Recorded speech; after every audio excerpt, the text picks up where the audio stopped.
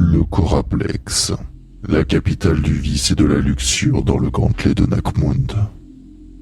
Dans les bas-fonds de la cité pirate, contrebandiers, chasseurs de primes, coupeurs de gorge et autres déchus viennent profiter des plaisirs de la chair et des jeux en glanant et vendant quelques informations et marchandises.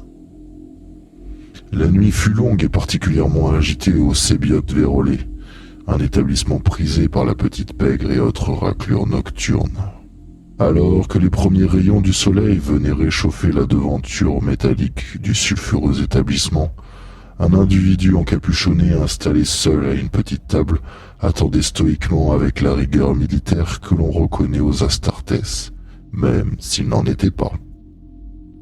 L'homme était sur le point de se lever, semblant fatigué d'attendre quelque chose qui n'arriverait pas, lorsqu'un serviteur s'approcha de sa démarche boiteuse, et, se penchant sur l'homme, il murmura « Il va vous recevoir.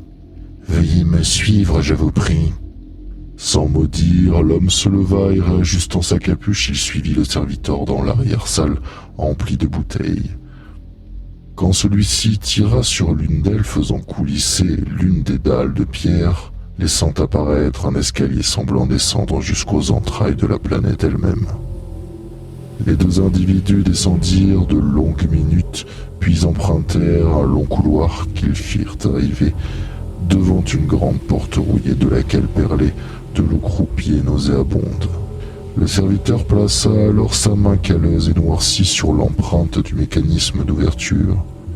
Un faisceau laser passa alors sur sa paume, brûlant sa main déjà meurtrie. La porte gigantesque s'ouvrit dans une série de craquements et de grincements insupportables, laissant place à un hangar immense contenant un unique vaisseau gigantesque qui prenait la quasi-totalité de l'endroit. L'individu encapuchonné s'avança alors vers l'appareil, laissant derrière lui le serviteur resté à la porte. Le vaisseau stationné déploya dans un nuage de vapeur sa rampe suintante d'huile, telle une langue baveuse interminable. Une fois la vapeur estompée, l'homme qui n'était plus qu'à quelques mètres de la rampe s'aperçut qu'en guise d'accueil 5 soldats aux armures sombres et dorées, ternies par les combats, l'attendaient. L'un d'eux, bras croisés, appuyait le dos contre la paroi du vaisseau, un autre accoudé à la rambarde du pont, toisant l'homme qui s'avançait sur la rampe. Un troisième encore, nettoyant son épée tronçonneuse en la tapant contre sa botte, laissant tomber des morceaux de chair. L'homme sous sa cape ne semblait pas impressionné, et pour cause il les connaissait bien. L'escouade des saboteurs de Mérov, les plus féroces et plus vils légionnaires appartenant à la force de frappe hérétique, connus sous le nom des dominateurs de l'ombre rampante.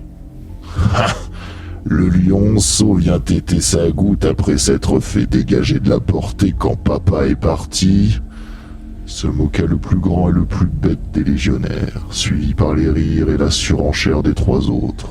Lorsque l'homme arriva à leur hauteur, il ne releva pas leur sarcasme et se contenta d'une simple question. « Est-il ici ?»« Non, » répondit celui qui semblait le plus mesuré et le plus respecté. « Il t'attend en orbite. Enfin, ce serait un affront pour lui de mettre un pied ou pire, le manche de sa jolie lance sur ce rafio. » railla le même légionnaire qui s'était illustré en colibé juste avant. « Ferme-la, Rassac. Le commandant est tripré s'il t'entendait. » Puis il continua à l'attention de l'homme. « Installe-toi, nous allons décoller. » La rampe se releva et les moteurs se mirent à vrombir. Dans le hangar, le mur riveté du fond commença à trembler, pour finalement s'ouvrir sur le rideau d'eau d'une cascade masquant le paysage qui se trouvait derrière. En un éclair, l'équipage de légionnaires accompagné de l'homme se retrouvèrent en orbite. Face à eux, une grande partie de la flotte de la Black Legion, à l'exception du Vengeful Spirit et de sa flotte d'escorte. Le vaisseau des saboteurs de Mérov paraissait microscopique par rapport à celui de leur commandant. La forteresse volante devant eux ouvrit une large gueule les engloutissant pour leur permettre d'atterrir dans l'un des hangars de pont en pleine effervescence. Le guerrier encapuchonné descendit du vaisseau et, sans même prendre la peine de saluer l'équipage, il s'avança vers le pont de commandement semblant connaître le vaisseau comme s'il était le sien. Arrivé devant une gigantesque porte, un serviteur demanda qui il devait annoncer. Et l'homme répondit. Le fantôme de Caliban. À ces mots, le serviteur ouvrit la grande porte, laissant apparaître la silhouette du guerrier à la tête des dominateurs de l'ombre rampante. Le seigneur commandant Arken, son crâne imberbe luisant à la lueur de la lune. Vous avez été devancé, déchu. Comment? Vashtor l'Archiphane, cela vous dit-il quelque chose? Le maître des forges. Celui-là même, le prince démon.